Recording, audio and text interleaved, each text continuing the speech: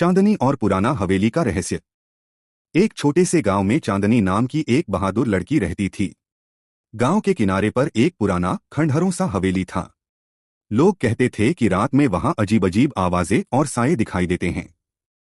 गांव वाले बच्चे अक्सर वहां जाने से डरते थे और बड़े कहते वो हवेली किसी के लिए सुरक्षित नहीं है, वहां रहस्यमय साया रहता है। चांदनी को कहानी सुनकर बहुत उत्सुकता हुई। उसने तय किया कि एक रात पूरी हिम्मत करके वह हवेली जाएगी और खुद देखेगी कि सच में वहां कोई भूत है या नहीं। रात के 12:30 बजे चांदनी अपने बैग में टॉर्च और कुछ खाने पीने का सामान लेकर निकल पड़ी।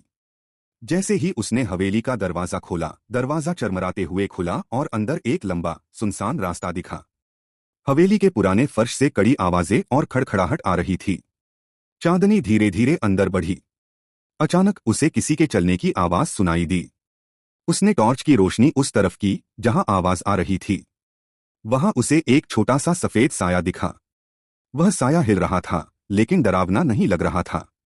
साया मुस्कुराया और बोला, डरो मत, मैं सिर्फ अपनी पुरानी किताबों और खिलौनों की रक्षा कर रहा हूं। तुम मेरे दोस्त बनना चाहती हो? चांदनी डर गई, लेकिन उसकी हिम्मत बनी रही। उसने हंसकर कहा, अगर तुम दोस्त बनना चाहते हो तो मैं भी दोस्त बन सकती हूं। उस रात से चांदनी रोज हवेली आती और साए के साथ खेलती, उसकी किताबें पढ़ती और पुराने खिलौनों के साथ खेलती। धीरे धीरे गांव के बच्चे भी साए से डरना छोड़ दिए, क्योंकि उन्होंने देखा कि वह डरावना नहीं बल्कि दयालु और मजेदार है। कहानी का संदेश। कभी कभी जो चीज हमें डराती है वो केवल समझ और दोस्ती चाहती है।